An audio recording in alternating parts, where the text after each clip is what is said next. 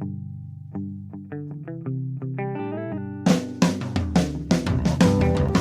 only real God is the one that you believe in. Start looking for the God in others. And if you find you're tuning into a wave, well then I don't know much about the insane. Hello, everybody. Hello, friends. Welcome in to another episode of Spiritual Philosophy Chatter with the Joneses. I'm Danny Jones. And I am Samantha Jones. And it is episode 55. 55. And we kind of a cool one. What is it? This is Readings by Samantha. Which Yeah. is, I'm Samantha. Yay. Yay. Maybe Yay I me. should have said that. That's all right.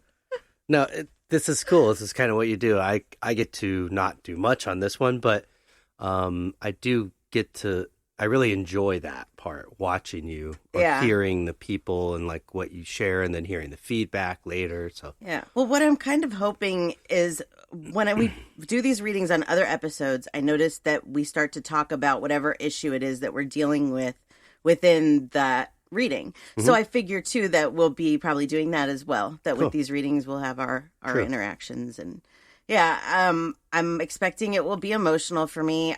It's hard for me to do readings, verbal readings, and there's like 10 that I have here. And if we can get to more, we'll do more. But I've pulled 10 out that I think are each unique and, will bring their own story.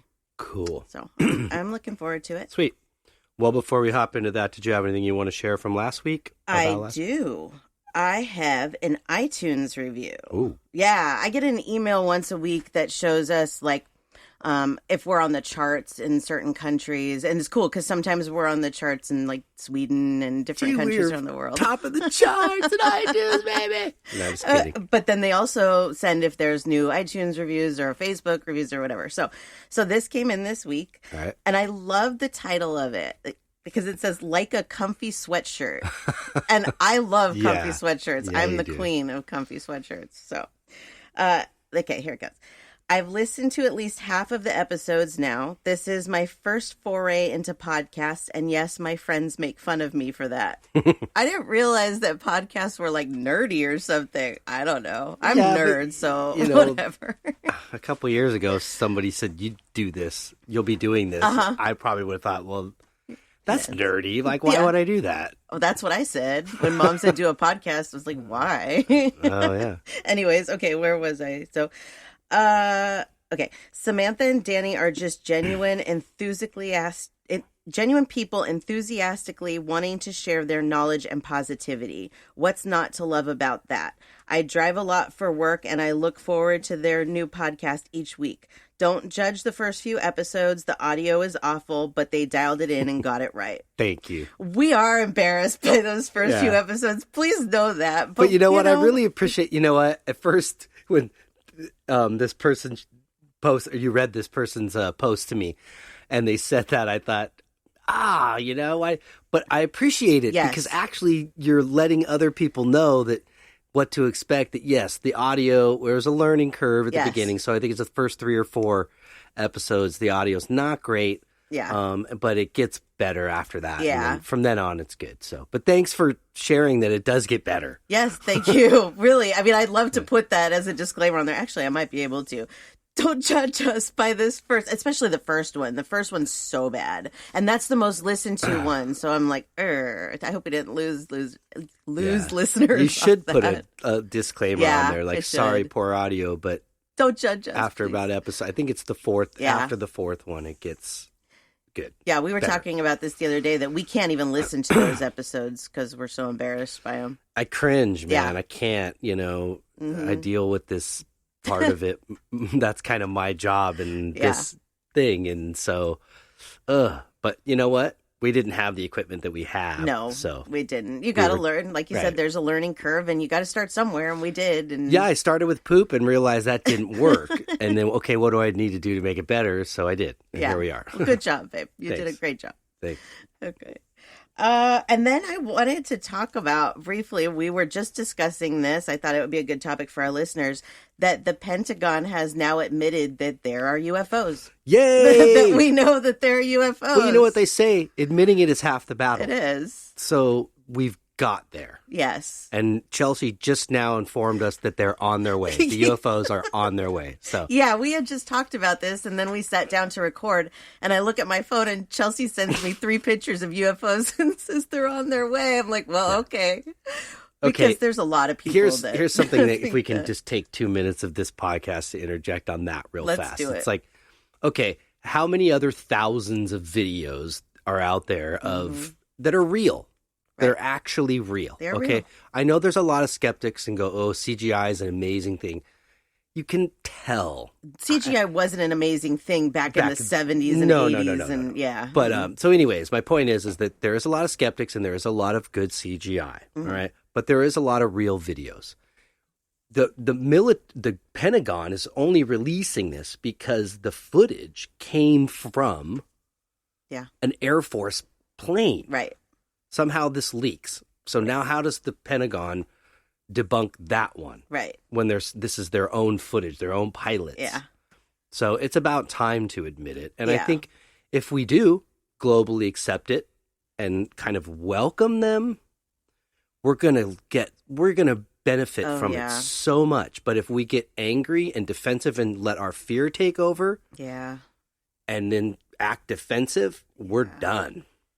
This is This is a time where we really all need to be coming together and stop all these stupid protests and realizing that it's not just about you. Right. It's about this whole planet. Yeah, they're here to help us, not take over. They're not here to commandeer our planet and take over. They're actually protecting us from others and from ourselves. Right. But the way our society reacts, like how they've reacted with these riots and stuff, this is how, if they're going to react like that, if we start seeing more alien activity now that, because it's like you start admitting something and then people start to go, oh, yeah. Well, like we can't have another episode of what was it in LA in the 50s when they thought they spotted the name of that. The UFOs and they're all firing up in the air.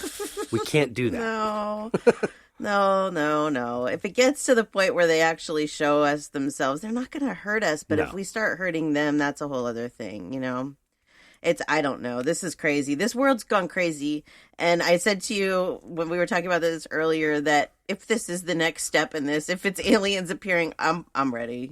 Well, and I wouldn't be surprised anymore. No, I'm not. And I already believe it. Yeah. So I won't be surprised. No. I've seen them. I'm not a being, but I've seen craft. So, that's not the issue. I'm more worried about our reaction. Exactly. But I really believe that, the military is known for a long time. We've been learning from their technology for a very long time. Right. And we will continue to. Actually, this will help us so much if we don't come out like a bunch of bullies on the schoolyard. Right. And that's why they haven't told us up until now, is because we're so reactionary that they're afraid of what are these humans going to do when they find out that there's other beings, you know, and we don't know what they will do and who they are. And hey, we're worried about this climate and this planet, and we're trying to find a way to get off. Well, I'll tell you what, they can share it with us. Yeah, absolutely. But we got to be cool. We have to be nice. Yes. Because if we think we're going to go out and get off this planet and start jumping to other worlds, not being nice. Yeah. No. You know, we're in for a whole lot of heartache. No, this is not Christopher Columbus. You can't just this go take is not Star over. Trek and Star Wars. You know, you don't start jumping from rock to rock with lasers, you know. I'm firing my laser. No. All right, enough of that. I'm sorry. Okay, let's go on to the episode. All right. So, episode 55. Okay, Readings by Samantha. Okay, let's start with a spirit reading. This is from Shannon. Shannon said, "This is Chad, my husband Corey's best friend who passed. It would make our day to hear any messages he has for him. Please and thank you." Okay, let's talk to Chad. My first spirit reading of the day. Yeah.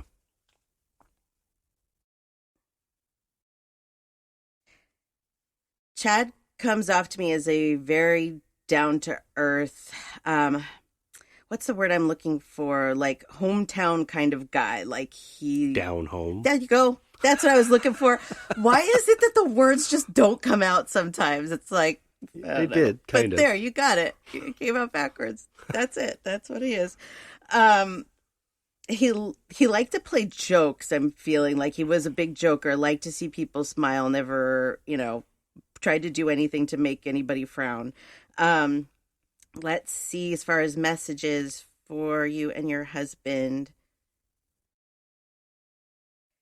So he tells me that he is around you guys, and he brought up mentioning about the jokes and being a jokester because that is something that he likes to do with you guys. Is he will, I don't know if it's necessarily move things. Like they don't move things to different areas of the house, but they can do things to make you like, where did this go, or what, And then they kind of make you, argue with each other like, well, where'd you put this? That's what I feel like he's doing with them. Yeah. Is like he's playing these little tricks on them, and then when they find what it is they're looking for or whatever, he's like, ah, and then they laugh, and I don't think they realize that it's him though. Right. If you don't, it is. It's funny. I'd love to be a fly on the wall, like when they're doing what they're doing. To like be able to see them. Not see them, but see whatever it is that's changing. Yeah. Like, I wonder if the dogs are like, that thing just like disappeared and then reappeared. Our dogs look at stuff all the time. Or it just slid across the table. Yeah, seriously. I don't know how they do the things that they do. It amazes me. And it's really all energy. Like if you think about it, the things that these spirits can do are energy related, and movement and especially lights. It's very, very easy for them to interfere with lighting. Yeah, and anything electrical. So that's a big sign, definitely, if you're seeing electrical things too from him. I could see him doing weird things like that as well. Yeah. But he says, I think this is a message in particular for Corey. He says, just keep going. So whatever Corey's working on, just keep going, that it's going to work out for him. I'm not sure what it is. He's not being specific. So maybe you can let us know what he's talking about. But he does say, just keep going. You're doing good. It's going to work out the way you want it to. Just keep going. Cool. Yeah. There must be something to that. There must be, because when they repeat over and over, I know that it's very important for me to say that. My first thought would have been like, oh, the COVID thing, but it sounded like he was intent on putting emphasis on something. No, I think this is more career related is what I'm feeling. Maybe something to do with starting a business, or I don't know, something along those lines, that there's something that he's been wanting to do for a while, and his friend is telling him, just do it. Just you're on the right path. Just go. Right. Yeah. Cool. Yeah. Very nice. That was a good one. Okay, this is from Jolene. Jolene, I talk about her often. She is my friend that lives in Italy. Yeah. She hasn't given me an update, though, lately. I have to get one from her on what's going on over there. But this is for her. She said, this is my grandma, Florence. She died months before I got pregnant with Kaya. That's her oldest girl. But told everyone I was going to have a curly-haired little girl. Does she watch over all her new great-grandchildren? We all miss her very much. All right, let's talk to Florence. So Florence is telling me that throughout her whole life, things like that happened, that she would just spit things out, like what she did. You're going to have a curly-haired little girl, but didn't know where they were coming from. Yes. She didn't say she was psychic. She didn't consider herself psychic or any of it. I'm not even feeling like she believed any of that, like the psychic world. But I do feel that she had those moments. Well, I think they do that. They speak through us, and you might be compelled by a feeling or a thought that you just need to say. Yeah. You all of a sudden might just see this flash of something in the future, And I kind of feel like with this, that's what happened, that she saw your little girl, just this vision of her, and said, you're going to have a curly-haired little girl. She is absolutely very much around everybody. I feel like she was very, very family oriented. So we all have like spirit guides, and sometimes our family, I tend to notice that a lot of our family ends up being like our spirit guides and taking somebody and being with them. And I do feel like, not Kaya, but your other little girl, I can't remember her name, the little one. I feel like your grandmother is her guardian, that she watches over her.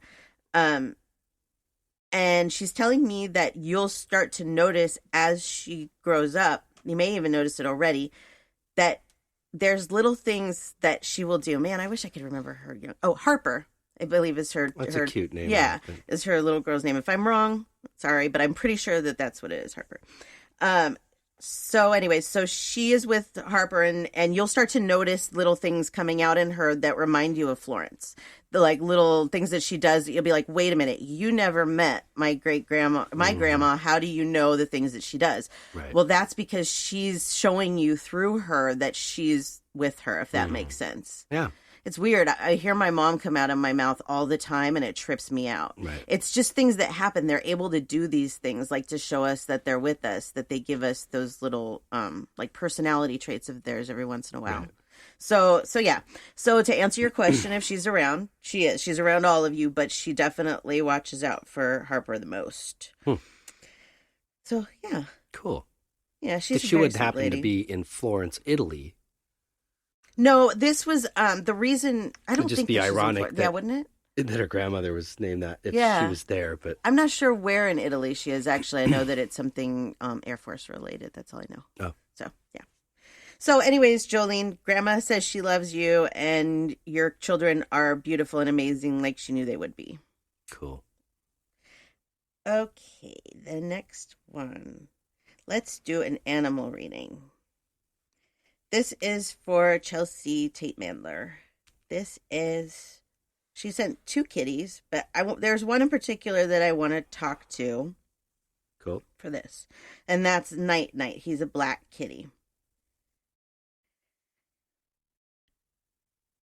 This cat it's funny because this cat's showing me like being kind of all up in your business. I feel like there was something that happened with this cat that made it clingy, that made it not be able to, like when you leave, this cat doesn't like it when you leave. Like, maybe the cat went missing, or maybe it was at an abusive home before it came to you, or something like that. But this cat has some, I don't want to call it emotional trauma. That's not what it is. I just feel like now, because of whatever has happened, that this cat is very clingy and just wants to make sure that it's going to be taken care of, and that, its people are around. Like separation anxiety, which is funny because you don't see that in cats very often. Yeah. Yeah, very rare. But this is a very sweet cat, loves you very much. The only question I think that she gave was, how are they enjoying their lives? Both of these cats seem very happy to me. I am being pulled in on Charlie. I'm being pulled into his mouth for some reason. I don't know if he has dental issues or if this is something that's just starting, but just keep an eye on that if you don't already know about it. But I am being pulled into the teeth area with him. Let's see what else with Charlie. Charlie is intense. He's a thinker. And I notice this with cats a lot more than dogs, that they sit around, they don't meditate like dogs do. Dogs can go into a trance, where cats more sit there and they think. A lot of cats do that. And this cat in particular will sit there and like wait for things. Like, when is this going to happen? When am I going to see this go by? Or like, when they look out the window and they're waiting for something. Very focused, very, very intent on what's going on. Let's see what else he wants to say. I see him rubbing on your leg, like in and out. That tells me that he does that behavior, but also that he's claiming you as his property. He's the one that I could see being like, I don't want to say the least needy, but it's on his terms more than like the black cat is. Like, the black cat wants to be around you. With this one, it's more on this one's terms. So both very sweet cats. They both love their lives very much. You take wonderful care of them, and they feel like members of the family. So cool. Yeah. And the black one, whatever this trauma is that I'm picking up, we'll talk about it because I told her that we would talk after this. Whatever this is, please know that I'm not saying that the cat's traumatized, because he's not.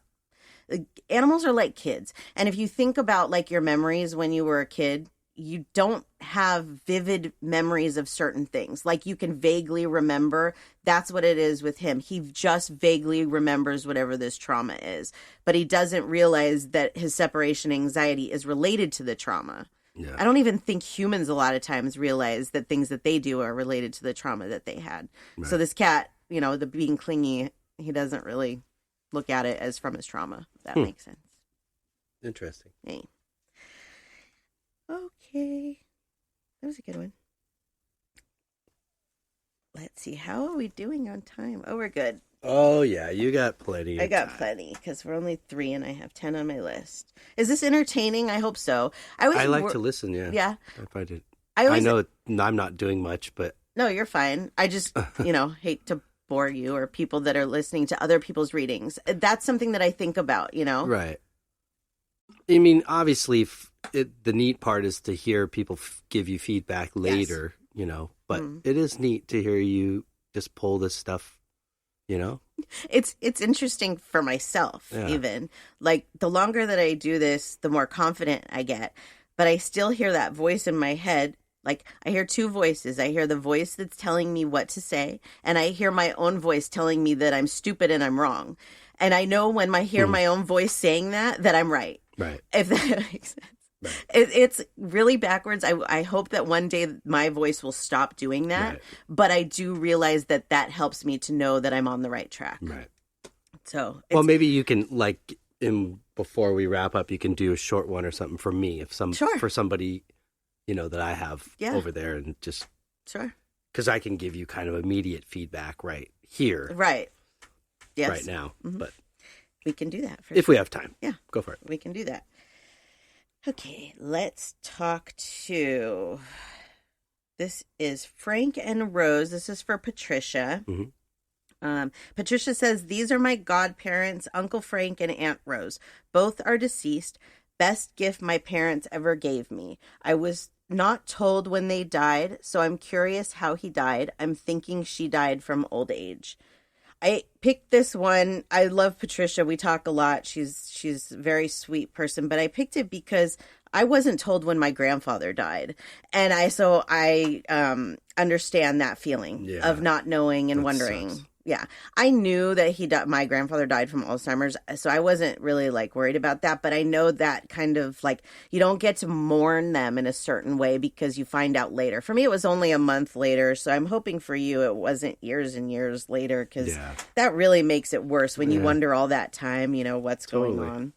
So let's focus on Frank, since I do feel like you're right. I think that she passed after him, and it was from old age. Let's see. First, let me give you some things to confirm that it's him I'm talking to. I can see why you think your parents, as them being a gift. I feel like these two were very stable. Especially with him, his main goal in his life was to take care of his family, and to do it in a way that represented his family in, I don't want to say classy way, but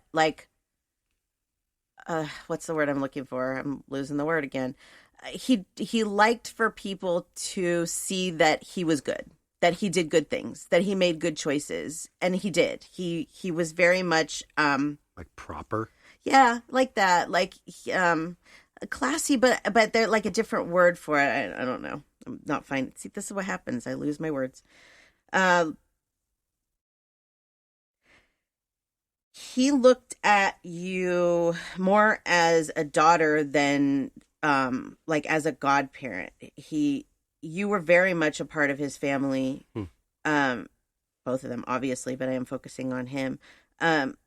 He gave something to you. This is so weird.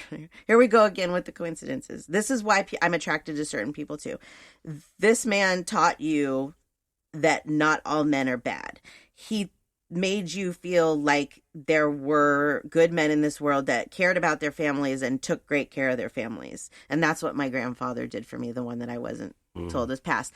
These are the things that happen to me, is that I start to see my own story unraveling, and it makes me know that their story is similar. Yeah. And then theirs plays out. Mm-hmm. So I do feel like that's very similar, that Frank was very much a good role model for you. Unfortunately, I feel like other men weren't so much, but he did what he could. He did what he could to show you that it is possible to have a stable family, to be with someone for long term, and to take good care of your kids and the people around you. As far as how he passed, I am feeling cancer, and I am drawn to his lungs. I'm not sure if he was a smoker. That was primary location, and I'm not feeling like it spread or anything. I'm feeling like it was just lung cancer. But he was pretty old too, so he had a good long life. His life wasn't cut short by it, and I don't feel like it was a big drawn out thing. I feel like it was pretty much close to end stage when he found out about it. So there wasn't this giant long battle with cancer, right, which was obviously very good for him, but also for his wife that survived him. Mm-hmm. So I hope that answers your question, Patricia. He's a very sweet guy. They both are very sweet. Very, very sweet. Yeah. Cool. Yeah. Okay. Let's do another animal. I felt really drawn to this lady. She joined my reading group, last week, I believe. Her name is Heidi, and she just lost her cat. She said, "I need help, please. Yesterday, I lost my best feline friend of over 14 years. I'm devastated, and in addition to dealing with the gaping, painful hole in my life and in my home, consumed with worry and guilt that I did something or didn't do something that caused rapid progression of the kidney disease that caused her death. It is my fault. Is it my fault? Did I do harm? Was it truly her time to go, or did I cause it due to my ignorance? If someone could please ask her, does she forgive me? Does she have a message for me? Her name is Lila." I picked this one because I know a lot of people feel this way. A lot of guilt. Yeah. There's a lot of guilt when people put their animals down or when they don't see that there's an illness. It's normal to feel that way. I can't tell you not to, because it is a part of grief. It is a part of the whole process. You're going to go through all of those stages. Mm-hmm. Do you have a reason to feel guilty? No, you don't. Kidney disease in cats is very, very, very common. Yeah. The oldest I think I've seen a cat live, it's like 20. Maybe I've seen older, but doubtful. 14 is a pretty long life. Yeah, it's a good average age for a cat. I would say, like, losing a cat under 10, that's probably losing them young. Between 10 and 15 is probably average. And if you get a cat to live longer than that, that's pretty cool. Mm-hmm. Oh, I hear people that have Labradors that have lived like 15, 16 years and like, tell me your secrets, because the longest I've had one live is Sequoia was 11. Yeah. So, yeah, these animals that live to be that age, know that it's just a natural progression. It's like us. Their bodies, like us, are dying every day. Like, you get to a point where you're not getting younger. I mean, you aren't getting younger anyways, but you know what I mean, where you stop growing and then your body starts decaying. You start getting older. Mm-hmm. And that's what happened with this cat. And I don't think that the kidney disease was like where you should have noticed it. I feel like there were a lot of things that the cat did to kind of cover up, and that unless you really know about kidney disease, these are things you wouldn't pick up on. And you know what? I'll tell our listeners so they know, because a lot of people don't know that some of the first signs of kidney disease is that your cat will start drinking more.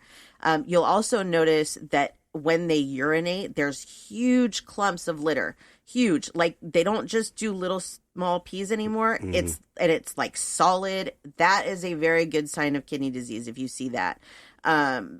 They also will start to lose weight. There's a particular look that their coat gets. There's just different things with kidney disease that, unless you know that those are what you're looking for, if they're hard to notice. A lot of people don't sit and pay attention to how much water their cat's drinking, but people aren't around. Yeah. Especially if you have multiple cats and you don't know which one's drinking the most, Mm-hmm. But this is something that happens a lot. I'm not sure if it's something in our water or what it is, but yes, kidney disease is prevalent. So you didn't do anything wrong. Please know that. It's just something that happens. Yeah. And Lila did live a very long life, and she lived a very long, happy life.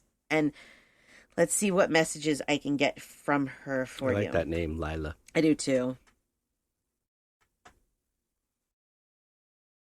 She says it's very important for you to know that she did not suffer, that she was not in pain, that this kidney disease, it made her feel thirsty and that kind of thing, but it wasn't painful. She wasn't having issues like getting around or things like that. So she wants you to know that particularly, I'm assuming you're struggling very hard with, was she in pain? And no, she wasn't. I mean, was it pain-free? Probably not 100%, but as far as what she's telling me, it wasn't an issue for her. The pain and the dehydration wasn't severe with her. I feel like she did drink a lot of water, but it wasn't something that made her miserable by any means. She did not suffer. Very important that that in those last however long, many months or years that it took for her, the kidney disease to kick in, she did not suffer. Very important. Good. Yeah. See, these are why we do these readings, because it's important for people to know. And this is why I give you things so that I'm connected to your animal or your loved one, or if I'm doing a reading for you, it's why I give you things that can validate them, things that I couldn't possibly know. Because if I were just to sit here and tell you, yeah, your cat loves you and, says not to feel guilty, well, I'm not giving you any proof that I'm actually connected to your cat. Mm-hmm. Giving you specifics of things that they do, right. That's what tells you, okay, this person is connected to my animal. And then in that way, you can kind of heal from the messages, because you know that the messages I'm delivering to you are in fact true. Yep. Confirmation. So I'm very sorry for your loss, Heidi. I am. She was a beautiful cat. Please know you did nothing wrong, and she absolutely will reincarnate to you at some point. Grief is horrible, but it does get better. Please know that this isn't going to last forever. I had one that about 14 years, and she got something neurological. Mm-hmm. She would walk only to the left. Oh, I think, yeah. like in a circle. Yeah. And that it almost immediately, it wasn't something that I noticed little bits happening. It just boom, all of a sudden. FIP or feline leukemia. Does that sound familiar? I don't know, but it was just immediately one day. Yeah. She was doing it, and I think that was the day we put her down. So it was just like, whoa, what's this? But she was 14, and you could see something strange, like dilation or something in the eyes. Maybe like one eye was more interesting. I could be making that part up, but something about the eyes I thought were different. So it was hard, but you know what? She was like the best cat I ever had, and I loved her, and she was around for so long. Yeah. And you know what? I brought her home, and then I was with her when she left the world. You know?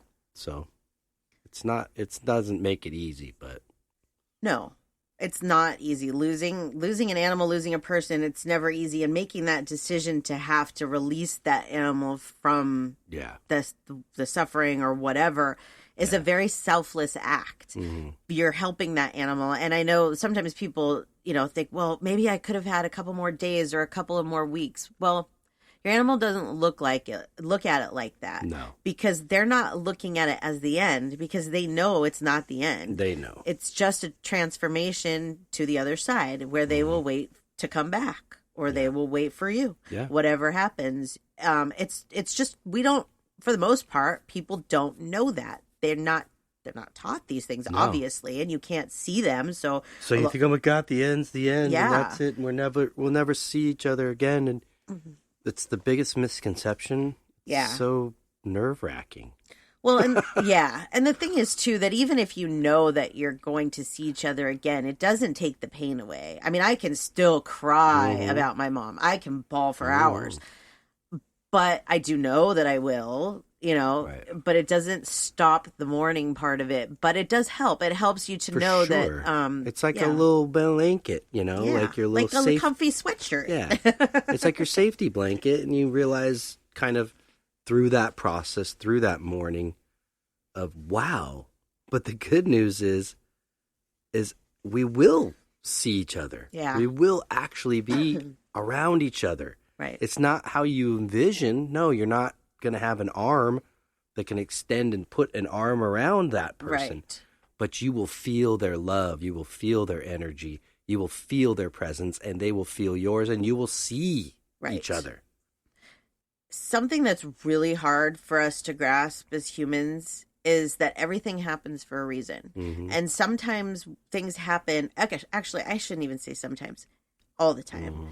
Things happen for us to learn from, and things happen in the way that they're supposed to. So when we lose an animal or we lose a person, as much as it sucks, it's the way it was supposed to be. It's the way the story was supposed to play out. And there is always a reason, whether it's because that animal came into our life at a certain time when we needed them and then left when they weren't needed anymore, or they were sent here to teach us compassion, or whatever it is. There is always a reason. It's really hard when you're in grief to notice that and to accept that. But when you look back at it, it's, you'll notice it.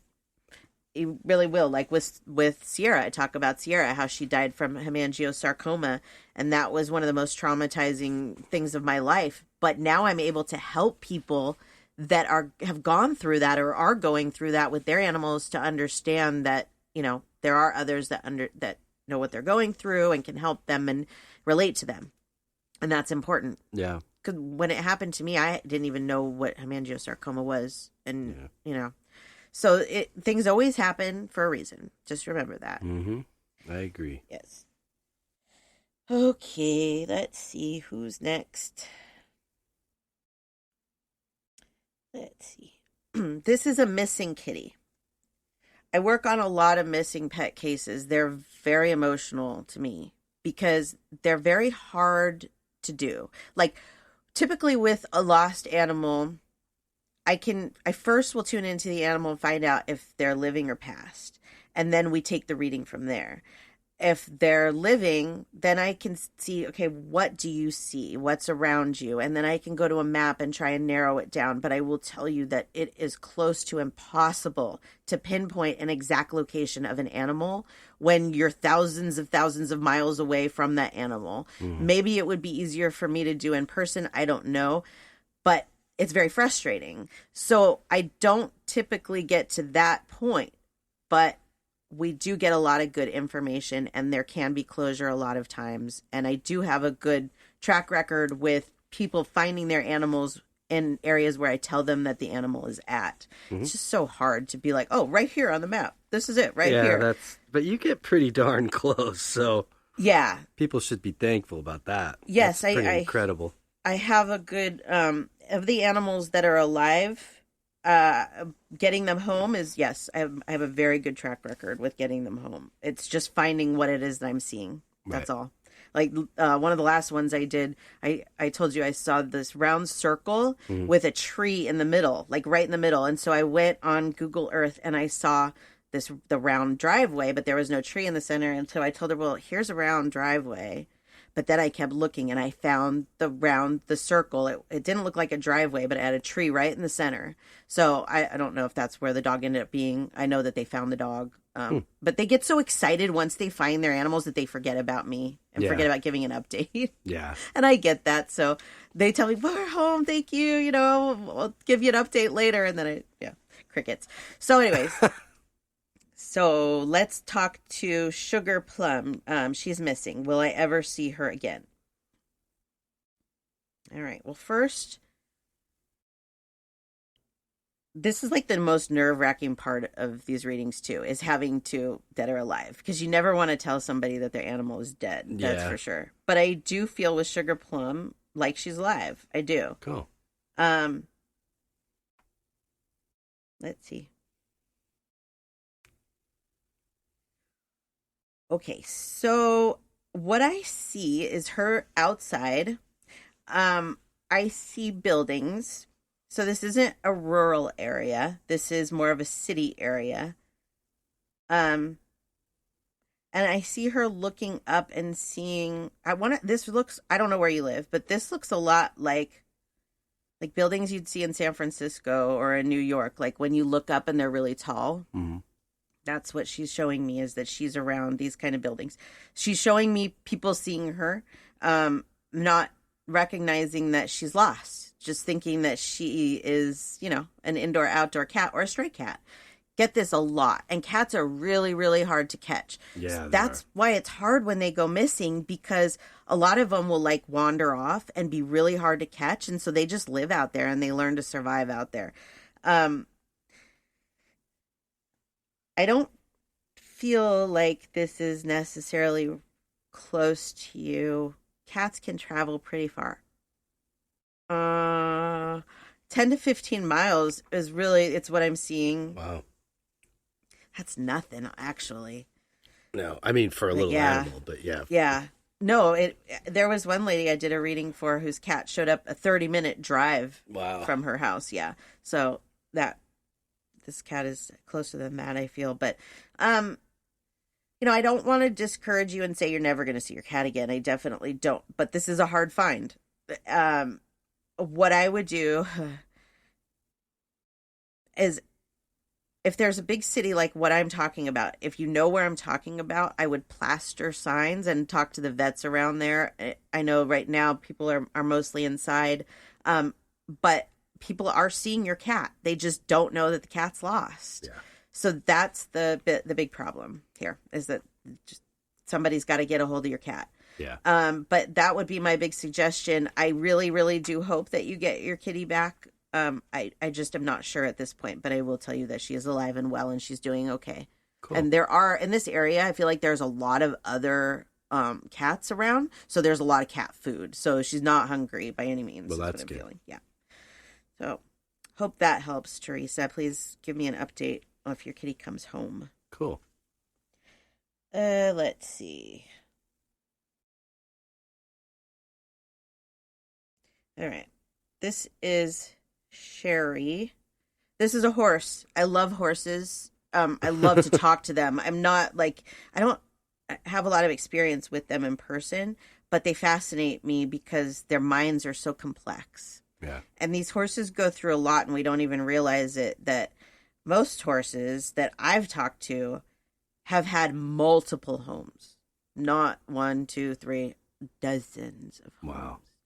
And it breaks my heart because that takes the pet out of them for the most part, because they know they're constantly moving. Yeah. They get used to it. It just becomes a part of their life. They become, that horse. But then what happens is somebody will get a horse like that and will want it to be their best friend. And this horse is like, but wait, I've been best friends, and then I have to go. Yeah. Okay, so let's talk to Buck. Just wondering if you can get anything from Buck. I don't know what is right to do with him at the moment. Sorry. It's not the Rona. So maybe what the tangent I just went off on is because that fits for you. Buck is a confused horse. I'm going to say this is one of those horses that's been moved around or just doesn't know its role in this world. Like, I feel like sometimes Buck wants to be a horse and sometimes he doesn't know how to be a horse. I don't know I'm sure that's going to make sense to her, but doesn't make much sense to me. I feel like he's very, very stubborn. In this picture, which I'm having a hard time blowing up, he's wearing some kind of jacket or something with penguins on it. It's really cute. He likes that. It gives him comfort. I'm not sure if you do that because it's cold or what your reasoning to it is, but I do feel like this horse finds comfort in that. It's cool. Like, the thunder jackets. It's like that. Like, it gives him this sense of peace. I feel like he has a lot of like little stresses, like thunder, lightning, things, loud noises like that will set him off. I see him kind of running and darting. So my feeling with this horse, because you asked the right thing to do with him at the moment, I feel like he's confused and misunderstood. And I feel like if you can give him that understanding and just understand that he's a different horse, he's a different kind of horse, that he's not going to be like what you might have envisioned him to be, and cut him some slack is what I'm feeling on the things that he does wrong, and understand that it's not his fault. I feel like that will help the relationship. If you're considering moving him,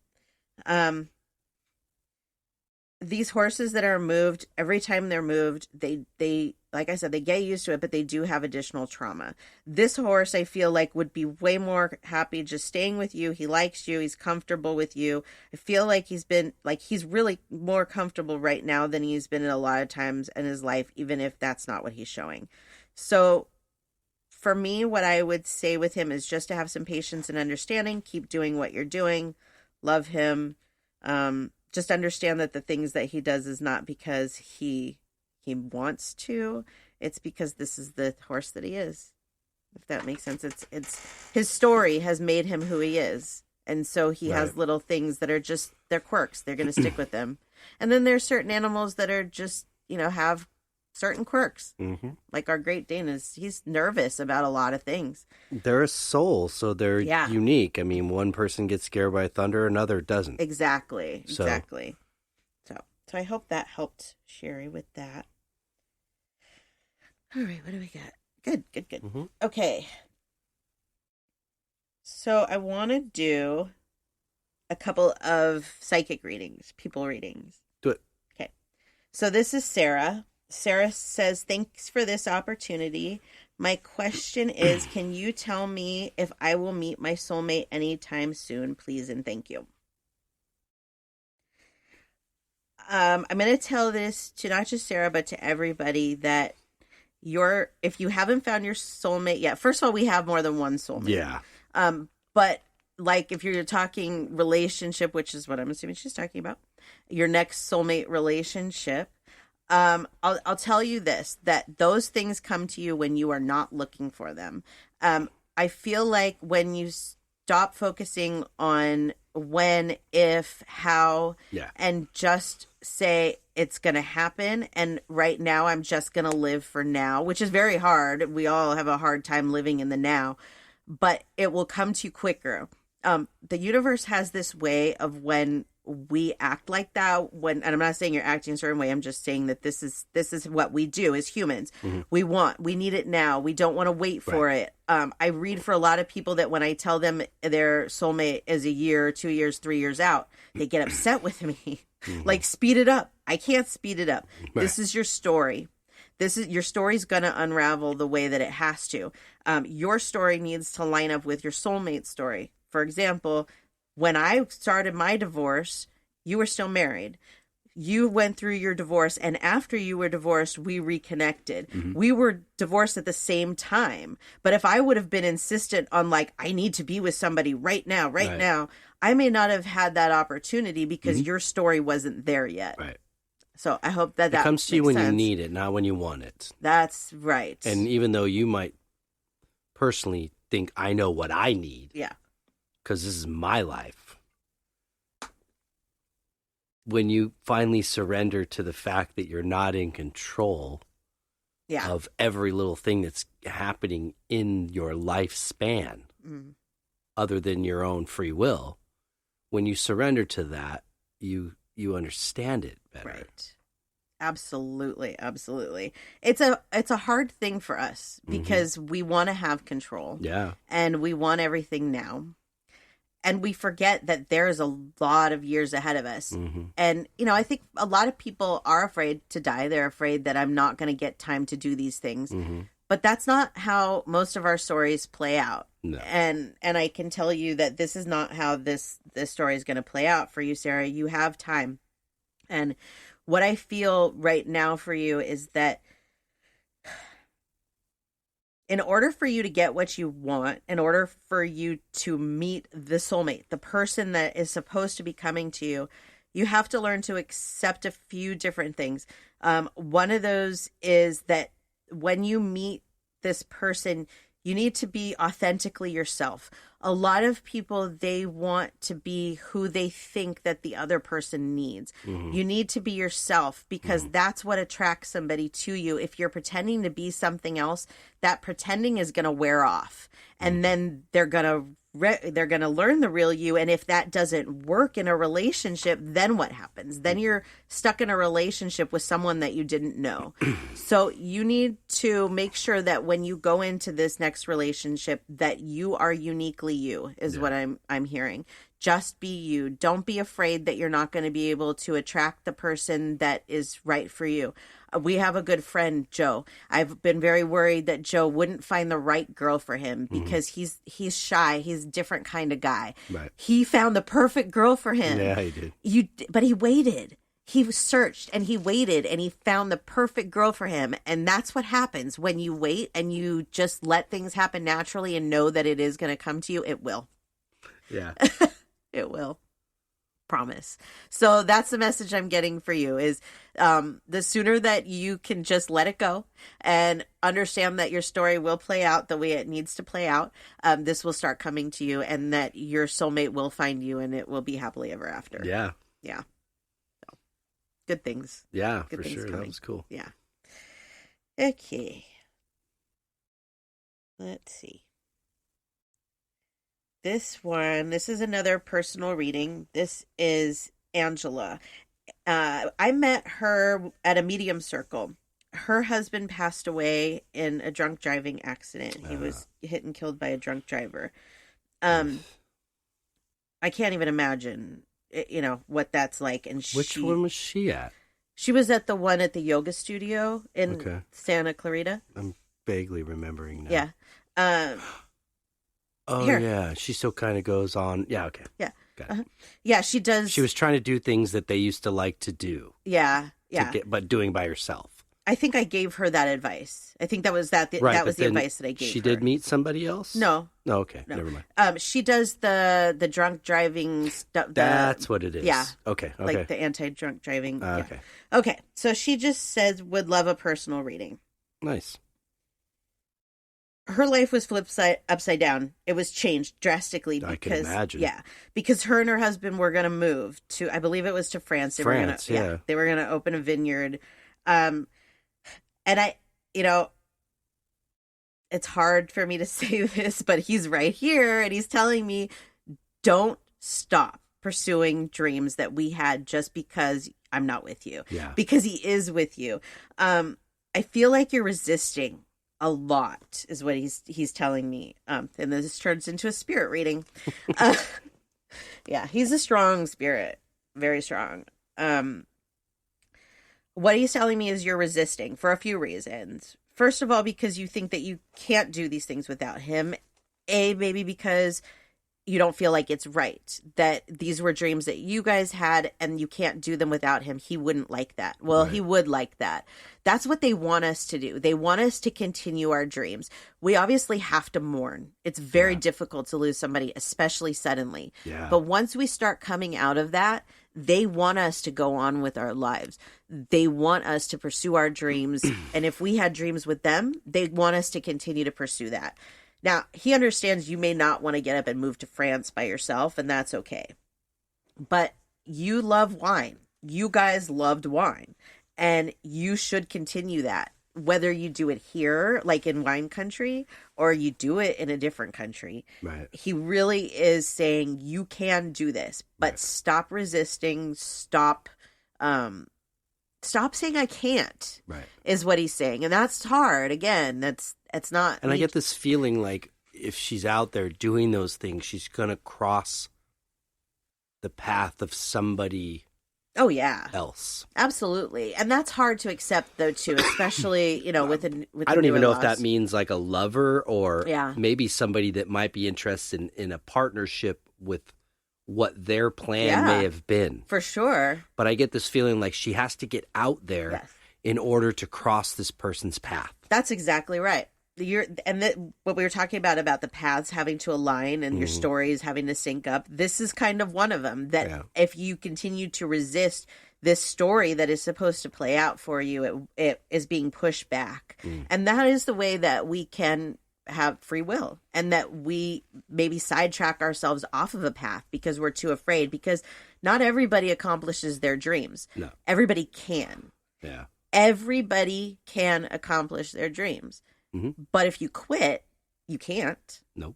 You have to keep going. And that's what I'm feeling from him, is that he needs you to keep going.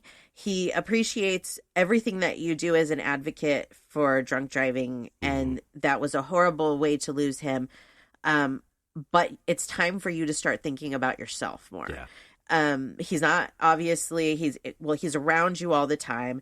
He can't be here physically, but he is here with you emotionally, and he will be there to guide you if you watch his signs along the way, and he will make his presence more known if you believe that he's there, and that will help you. That will really help you to pursue your goals if you can open up more and say, I feel you, I do, and stop trying to push it out. It really does help. He's there to help you. So just keep going. Nice. Is what I'm hearing from him. Okay. Nice. I got 5 minutes left. Oh my God. I'm tired. So I think I'm good with that, with those. All right. Yeah. That was a good day. Good. Good job. Yeah. Very good. I hope that those were all good for everybody and that I helped some people, because that's my goal. Like, I picked this topic this week because I thought right now is a great time to be able to give back to some people that maybe need a little bit of reassurance or something. Yeah. We all have a skill or something that we can provide to a community. This is my skill. So this was my way of giving back this week and saying thanks for listening to our show. Cool. And trying to help. Well, that's a nice way. Yeah. Good job. Thank you. I can't do medium circles right now too. So this is a great way of kind of, I can't interact with the people, but it works. Right. Yeah. Yeah, for sure. Yeah. Right on. Hey. Well, before we say goodbye, did you want to share your information? Yes, let's do that. You can find me on the web at SamanthaJonesPsychicMedium.com. Or if you're interested in the unlimited texting service that Chelsea and I have, you can email us at velvetpsychics@gmail.com. We can give you some more information on that. Cool. You can also find me on Kasamba too. If you really want to talk to me like right now, you can look me up on Kasamba. If you go into the search and just type in Sammy, because I'm the only Sammy, SAMI, I'll come up and then it'll show you if I'm online or not. You can talk to me right then. Cool. So there's lots of ways. Very good. Yeah. Okay. Bravo. And you, sir. Oh, yes. If you like the art, for me is djonesartcollection.com, or for Facebook and Instagram at djonesartcollection. I'm working on a piece right now, so I should have that done. I'm not even going to say when I'm going to have it done. Few days. I don't know, but coming Life's up. so unpredictable right now. Yeah, and I was just getting ready to launch the store, and then all of a sudden the printer is closed because of the COVID situation. Not permanently, but yeah. And then you can't even have things printed if they're closed. So I know, it's like, so. Yeah. So it's okay. I'm just still, making pieces. Just more to put up there. So. Yep. But that's for my art, and for the band, gypsybrown.com, and for Instagram, at Gypsy Brown Music, and for Facebook, at Gypsy Brown Band. Can't wait to play, but, yeah, whenever. Everything is, we're going to start rehearsing again probably within a week or so, and just take it as it comes, but probably venues and stuff not going to happen for a while, so I think it's probably a good time for us to start the recording process, which we were going to anyways, but I miss them. Can't wait to play. It's killing my soul. Yeah. Like not having music. Ugh. It's tough, listening and playing I love music, period, but listening is different. I don't get the same thing Yeah, you need the guys and that energy. Yeah. And yeah, we're all kind of missing that right now, that with our friends or whoever you're close to. But hopefully it'll get better. Other states are opening, so maybe ours will see what happens and then follow suit. We'll see. Yeah. Yeah. So. But yeah, that's it for me. That's it.